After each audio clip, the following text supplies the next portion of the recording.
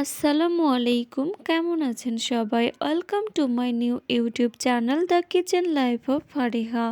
আজকে আমি আপনাদের তৈরি করে দেখাবো মজাদার ও সুস্বাদু চিকেন কষা রেসিপি। তো এখানে দেখতেই পাচ্ছেন আমি 1 কেজি পরিমাণ মুরগি নিয়ে এসেছিলাম ও কেটে ধুয়ে পরিষ্কার করে নিয়েছি। এখন মাংসগুলোকে আমি ম্যারিনেট করে নিব।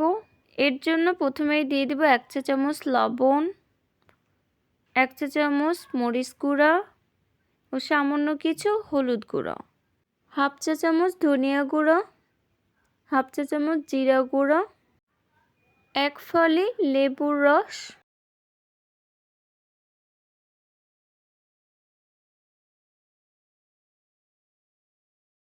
এবার আমি সবগুলো মাংস একসঙ্গে মাখিয়ে মিক্স করে ম্যারিনেট করব। ব্যাস হয়ে গেল। এবার আমি এভাবে প্রায় 15 মিনিটের মতো রেখে দিব। এই সময়ের ফাঁকে আমি রান্না করার জন্য কিছু মশলা রেডি করে নিব।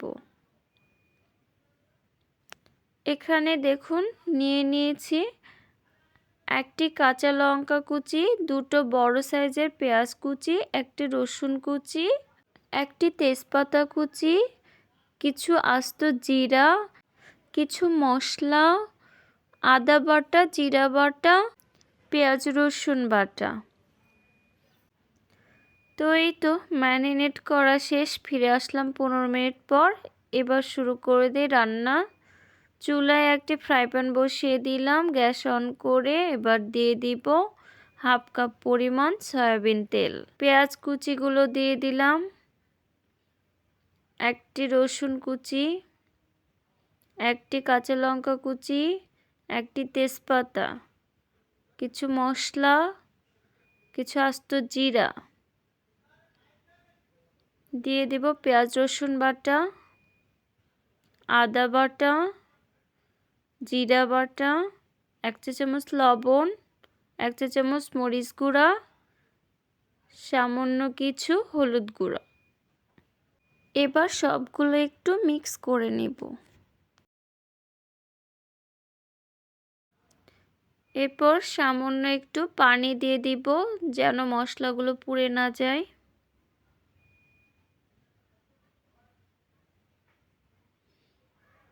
এখন দিয়ে দিব ম্যারিনেট করে রাখা মাংসগুলো।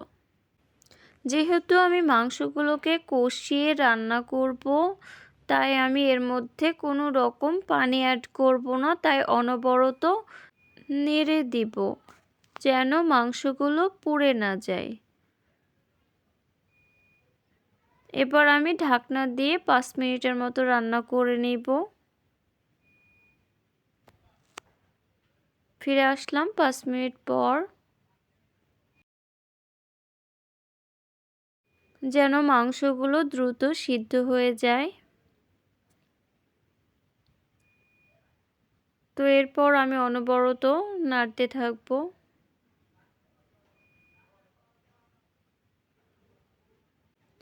এখন এর মধ্যে দিয়ে দিব কিছু ধনিয়া পাতা কুচি।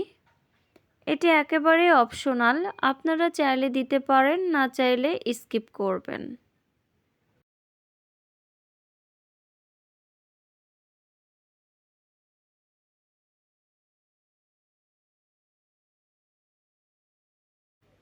তো আমার রান্না প্রায় হয়েই এসেছে। আমি এখন এর মধ্যে দিয়ে দিব 1 চা চামচ মশলা গুঁড়ো, দিয়ে আবারও কিছুক্ষণ নেড়ে মিক্স করে নিব। এই তো রান্না কমপ্লিট। আমি এখন চুলা থেকে নামিয়ে সার্ভ করে নিব। ব্যাস রেডি হয়ে গেল দারুণ ও স্পাইসি স্বাদের চিকেন কষা রেসিপি। দেখতে যতটা সুন্দর ও লোভনীয় হয়েছে, খেতেও তেমনি সুস্বাদু। তো আমার রেসিপিটি যদি ভালো লেগে থাকে একটি লাইক, কমেন্ট ও শেয়ার করে দিবেন এবং আমার চ্যানেলটি সাবস্ক্রাইব করে দিবেন। আজকের মতো এ পর্যন্তই। আল্লাহ হাফেজ।